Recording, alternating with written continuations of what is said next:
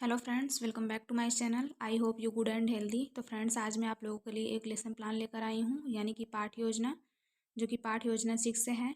इसके पहले भी मैं साइंस और मैथ से रिलेटेड ढेर सारी वीडियोज़ इस बेस्ट एजुकेशन एक्स चैनल पर प्रोवाइड की हूँ। अगर आप देखना चाहते हैं तो बेस्ट एजुकेशन एक्स चैनल पर जाकर देख सकते हैं।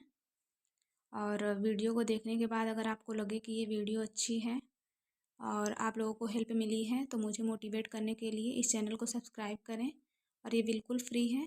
तो फ्रेंड्स, चलिए देर न करते हुए शुरू करते हैं आज की इस वीडियो को। तो सबसे पहले पाठ योजना में दिनांक लिखना है।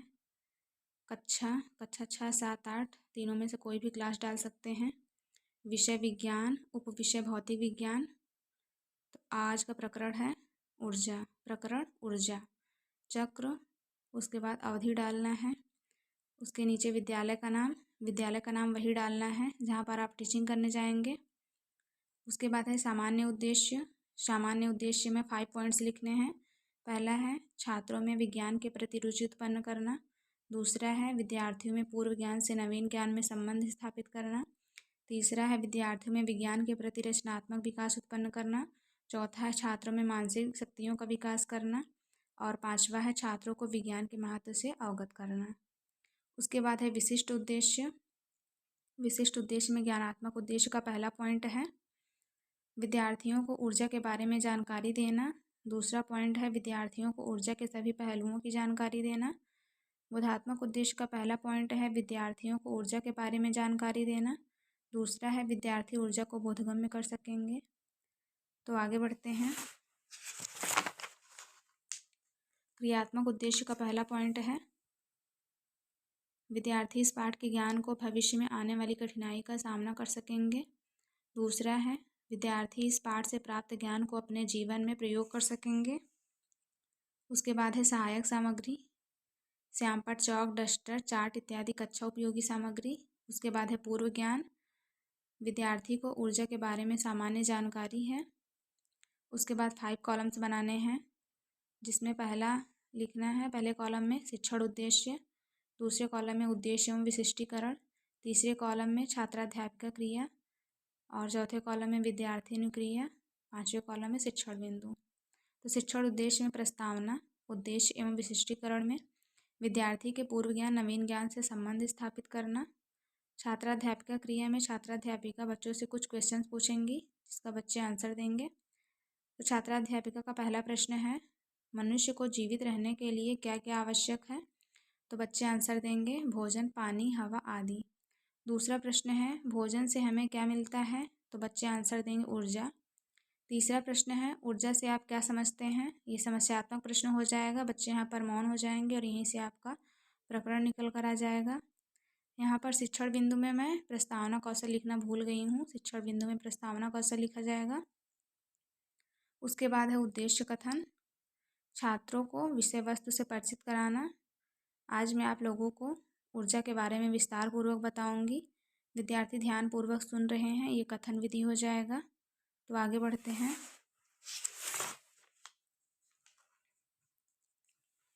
प्रस्तुतिकरण, पाठ को सरल एवं सुविधापूर्वक प्रस्तुत करना। अध्ययन अध्यापन की दृष्टि से प्रस्तुत पाठ को 2 भागों में बांटा गया है सुविधा के लिए। विद्यार्थी ध्यान पूर्वक सुन रहे हैं, ये कथन विधि हो जाएगा। उसके बाद है प्रथम शिक्षण बिंदु, सभी छात्रों को ऊर्जा के बारे में विस्तृत जानकारी देना। स्पष्टीकरण, ऊर्जा, कार्य करने की क्षमता को ऊर्जा कहते हैं। ऊर्जा का मात्रक जूल होता है। दैनिक जीवन में प्रतिदिन जैसे उठना, बैठना, स्नान करना, खेलना, बोझड़ होना, फसल काटना आदि किसी न किसी रूप में ऊर्जा का उपयोग होता है, अतः कार्य करने के लिए ऊर्जा की आवश्यकता होती है। और ऊर्जा के विभिन्न रूप होते हैं जो निम्न प्रकार के हैं। पहला है स्थितिज ऊर्जा, किसी वस्तु को उसकी स्थिति के कारण उत्पन्न ऊर्जा को स्थितिज ऊर्जा कहते हैं, जैसे एक गेंद को ऊपर उठाना, हथौड़े को ऊपर उठाना आदि। विद्यार्थी ध्यान पूर्वक सुन रहे हैं, ये व्याख्या कौशल हो जाएगा। और इधर एक फिगर है, स्थितिज ऊर्जा का गतिज ऊर्जा में तथा गतिज ऊर्जा का स्थितिज ऊर्जा में परिवर्तन। तो आगे बढ़ते हैं।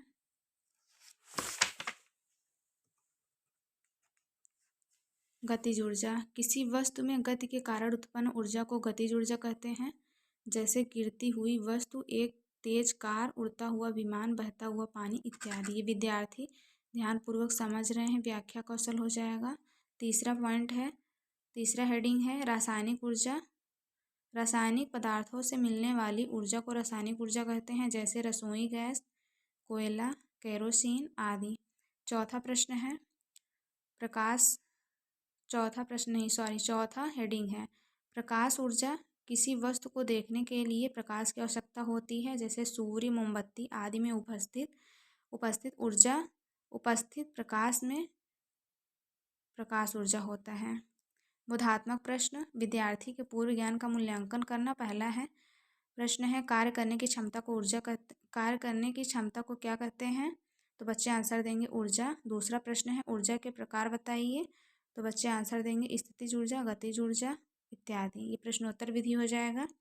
उसके बाद है विकासात्मक प्रश्न, विद्यार्थी को पाठ की विस्तृत जानकारी देना। पहला प्रश्न है ऊर्जा के कुछ स्रोतों के नाम बताइए, तो बच्चे आंसर देंगे सूर्य, भोजन, जल। दूसरा प्रश्न है नवीनीकरण ऊर्जा तथा अनवीनीकरण ऊर्जा से अनवीकरणीय ऊर्जा से आप क्या समझते हैं, तो ये समस्यात्मक प्रश्न हो जाएगा। बच्चे यहाँ पर मौन हो जाएंगे और यहीं से आपका दूसरा प्रकरण निकल कर आ जाएगा।